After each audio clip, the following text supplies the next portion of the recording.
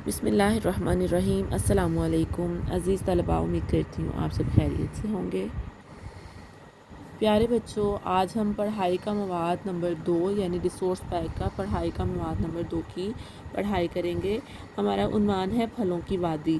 तो बेटा ये फलों की वादी कहाँ वाक़ई है? ये फलों की वादी सूबा बलूचिस्तान में वाक़ई है। यानी हमने आज जो सबक पढ़ना है ये ज़ियारत सूबा पाकिस्तान, सूबा बलूचिस्तान यानी कि पाकिस्तान के एक सूबा के मुतालिक है जिसका नाम है सूबा बलूचिस्तान। और प्यारे बच्चों, सूबा बलूचिस्तान में बहुत अच्छा मैदान है, पहाड़ हैं और दरिया हैं, सरसब्ज़ मैदान है, रेतले इलाके हैं, समंदर भी है और नदियाँ और ठंडे पानी के चश्मे भी हैं। इसके अलावा जो ज़ियारत है इसमें एक सूबा बलूचिस्तान की खूबसूरत वादी है। वादी किसे कहते हैं बेटा? पहाड़ों के दरमियानी हिस्से को, जो दरमियानी जगह होती है उसको वादी कहते हैं। यानी उस वादी, पहाड़ों के दरमियान जो वादी है वो एक ज़ियारत कहलाती है, ज़ियारत के नाम से मशहूर है। और ज़ियारत में एक घर है, ज़ियारत रेजिडेंसी। ये ज़ियारत रेजिडेंसी कायद आज़म मोहम्मद अली जिन्ना की रहाइश गाह है, यानी कि कायद आज़म का रहायशी मकान है, घर है। तो इसके अलावा हम यहाँ पर आज पढ़ेंगे कि कायद आज़म का रहायशी घर कैसा था और उसमें क्या क्या चीज़ें हैं। इसके अलावा हमें पता है कि सूबा बलूचिस्तान जो है इसे फलों की वादी कहा जाता है। जैसे अभी हमारा जो उन्वान है फलों की वादी, तो सूबा बलूचिस्तान को फलों की वादी क्यों कहा जाता है? क्योंकि सूबा बलूचिस्तान में सूबा बलूचिस्तान की ज़ियारत वादी में बहुत ज़्यादा फलों की कसरत पाई जाती है। यानी कि ऐसे इतने ज़्यादा फल हैं और जो जायके में बहुत अच्छे हैं और ये पूरी दुनिया में मशहूर हैं। तो प्यारे बच्चों, अब हम अपने सबक का आगाज़ करते हैं। फलों की वादी सूबा बलूचिस्तान की सरजमीन बहुत खूबसूरत है। आप देख सकते हैं यहाँ पर आपको तस्वीर दिखाई दी गई है और इसमें आप सूबा बलूचिस्तान के ज़मीन को देख सकते हैं कि वो कैसी है। इसके अलावा यहाँ पर एक और तस्वीर दिखाई गई है। ये जो पहाड़ हैं ये आपको इसमें दिखाई दे रहे हैं और इसके अलावा मैदान नज़र आ रहे हैं और ये जंगलात का इलाका नज़र आ रहा है। तो प्यारे बच्चों, हमारा पहला पैराग्राफ क्या है कि सूबा बलूचिस्तान की सरजमीन, सूबा बलूचिस्तान की सरजमीन बहुत खूबसूरत है। यहाँ पहाड़, दरिया, सरसब्ज़ मैदान, रेतले इलाके, समंदर, नदियाँ और ठंडे पानी के चश्मे हैं। इसके अलावा आप देख सकते हैं कि ज़ियारत सूबा बलूचिस्तान की एक बहुत खूबसूरत वादी है। ये वादी कोयटा से 120 किलोमीटर के फासले पर मशरिक़ की जानिब है। क्या है कि ज़ियारत जो है सूबा बलूचिस्तान की खूबसूरत वादी का नाम है और ये वादी कोयटा से 120 किलोमीटर के फासले पर मशरिक़ की जानिब है। वादी ज़ियारत चारों तरफ से पहाड़ों में घिरी हुई है। जैसे मैंने अभी आपको बताया कि वादी किसे कहते हैं? पहाड़ों के दरमियानी इलाके को कहते हैं, दरमियानी हिस्से को कहते हैं। तो जो ज़ियारत है ये इसके चारों तरफ क्या है? पहाड़ ही पहाड़ है।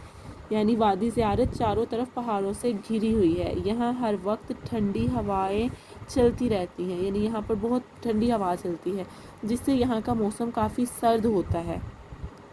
यहाँ सनोबर के दरख्त हैं जो वादी के हुस्न में इजाफा करते हैं। सनोबर के दरख्त, ठीक है, सनोबर के दरख्त जो हैं ये बहुत अच्छे होते हैं, बहुत लंबे होते हैं और ये वादी के हुस्न में यानी कि ज़ियारत के हुस्न में इजाफा करते हैं, खूबसूरती में इजाफा करते हैं।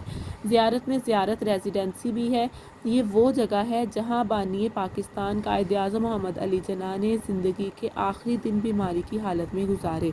तो बेटा ये हमने आज की तस्वीर में भी देखा था, जो हमने आज का हमारा काम था। इसमें अब आप देख सकते हैं ये ज़ियारत रेजिडेंसी का सामने वाला हिस्सा, यानी कि कायद आज़म का जो मकान है, कायद आज़म का जो घर है उसका सामने वाला हिस्सा दिखाया जा रहा है। तो इसी तरह आप ये भी देख सकते हैं, ये भी ज़ियारत रेजिडेंसी की एक तस्वीर है। प्यारे बच्चों, अब हम ज़ियारत रेजिडेंसी के बारे में पढ़ रहे हैं कि ये ज़ियारत रेजिडेंसी कायद आज़म मोहम्मद अली जिन्ना का घर है। तो यहाँ इनके सोने का कमरा, खाने का कमरा, डॉक्टर का कमरा और कायद आज़म की छोटी बहन मोहतरमा फ़ातिमा जिन्ना का कमरा भी मौजूद है। यानी अगर आप ज़ियारत रेजिडेंसी की सैर करें तो आप इस ज़ियारत रेजिडेंसी में क्या देखेंगे? एक कायद आज़म का कमरा होगा, एक उनके खाने का कमरा होगा, एक कायद आज़म के डॉक्टर का कमरा होगा और एक कायद आज़म की छोटी बहन का। यानी ये 4 कमरों पर मुश्तमिल घर है जिसमें एक कायद आज़म का कमरा था, एक उनके खाने का कमरा था, एक डॉक्टर का कमरा था और एक कायद आज़म की छोटी बहन का कमरा था। इन कमरों में कायद आज़म के इस्तेमाल में रहने वाली सब चीज़ों को आज तक बड़ी हिफाजत से रखा गया है। یعنی قائد اعظم محمد علی جناح کا جو گھر ہے اس میں جو قائد اعظم جو چیزیں استعمال کرتے تھے آج بھی وہ وہیں پر محفوظ ہیں۔ اوپر کمروں میں جانے کے لیے لکڑی کی سیڑھیاں بنی ہوئی ہیں۔ سیڑھیاں کسے کہتے ہیں؟ جو ہم نے پڑھا تھا زینے، ٹھیک ہے نا پیارے بچوں، اب آپ کو پتہ ہے زینے کسے کہتے ہیں، سیڑھیوں کو کہتے ہیں۔ تو جن پر سرخ رنگ کا قالین بچھا ہوا ہے، یعنی اوپر جانے کے لیے دوسرے پورشن میں جانے کے لیے وہاں پر لکڑی کی سیڑھی بنی ہوئی ہے اور اس پر سرخ رنگ کا قالین بچھا ہوا ہے۔ اس عمارت میں ایک دیوار پر قائد اعظم کی مسکراتی ہوئی تصویر، بڑی سی تصویر بھی موجود ہے۔ زیارت کو پھلوں کی وادی کہا جاتا ہے کیونکہ یہاں سیب، خوبانی، انگور، انار، آڑو اور چیری کے درختوں کی کثرت ہے۔ یہاں کے پھل ذائقے کے لحاظ سے بھی دنیا بھر میں مشہور ہیں۔ اب آپ کو یہاں پر نظر آ رہا ہوگا یہ کیا ہے، یہ آلو بخارا ہے، اس کے علاوہ یہاں پر انگور ہیں اور یہ کچھ سیب بھی ہیں۔ تو بیٹا اسی طرح اور بھی بہت سارے پھل ہیں جن کا ابھی ادھر نام ذکر کیا گیا ہے کہ سیب، خوبانی، انگور، انار، آڑو اور چیری، ان سب کے درخت یہاں بہت کثرت سے پائے جاتے ہیں اور یہ ان کے جو ذائقے ہیں ان پھلوں کے وہ دنیا بھر میں مشہور ہیں، یعنی بہت ہی مزیدار ہیں اور لذیذ ہیں۔ تو عزیز طلبہ آج کا آپ کا گھر کا کام یہی ہے کہ آپ نے صفحہ نمبر 7 اور صفحہ نمبر 8 اور صفحہ نمبر 9 کی پڑھائی کرنی ہے، اور صفحہ نمبر 8 کے پہلے پیراگراف یعنی آپ نے یہاں سے لے کر صوبہ بلوچستان کی سرزمین سے لے کر اضافہ کرتے ہیں یہاں تک بیٹا آپ نے اس پیراگراف کی املا نوٹ بک پر خوش خط تحریر کرنی ہے۔ نیز ہم ورک شیٹ نمبر 1 کر رہے ہیں۔ ورک شیٹ نمبر 1 ہم آج کر چکے تھے، تو آج ہم ورک شیٹ نمبر 2 کریں گے، اور ورک شیٹ نمبر 2 میں کیا ہے کہ مثال کے مطابق لفظ کے آخری حرف سے نیا لفظ بنا کر زینہ مکمل کیجیے۔ جیسے برتر ہے اور برتر کا آخری لفظ کیا ہے، رے، تو رے کے آخری حرف سے ہم نیا لفظ بنائیں گے رات۔ ایسے تے ہمیں نظر آ رہا ہے تو رات کا آخری حرف تے ہے، تو تے سے ہم نے یہاں پر نیا لفظ بنانا ہے، تو اسے ہم تتلی لکھ سکتے ہیں، ٹھیک ہے، تے لام یہ چھوٹی لی تتلی، تو یہ بنتا ہے آخری حرف، تو بیٹا یہ سے ہم نیا لفظ بنائیں گے یکا، یہ کاف ہے یکا، ٹھیک ہے، یکا، تو یہ یکا کا آخری جو حرف ہوتا ہے وہ ہے ہوتا ہے، تو ہے سے ہم نیا لفظ بنائیں گے، تو آپ لکھ سکتے ہیں ہاتھ بھی لکھ سکتے ہیں، ٹھیک ہے، ہاتھی بھی لکھ سکتے ہیں۔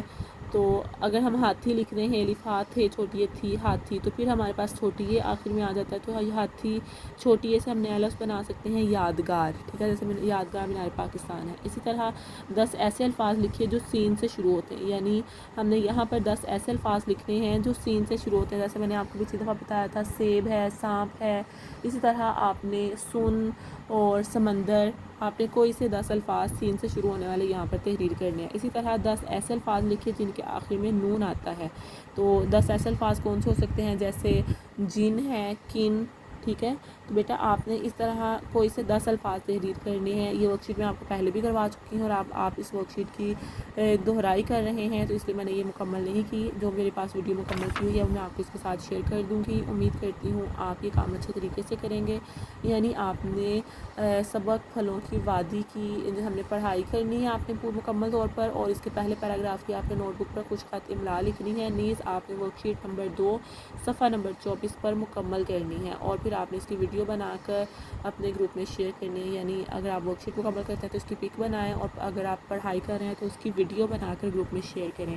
امید کرتی ہوں آپ یہ کام اچھے طریقے سے کریں گے۔ اب اگلی ورک شیٹ کے ساتھ دوبارہ ملیں گے، اپنا خیال رکھیے، اللہ حافظ۔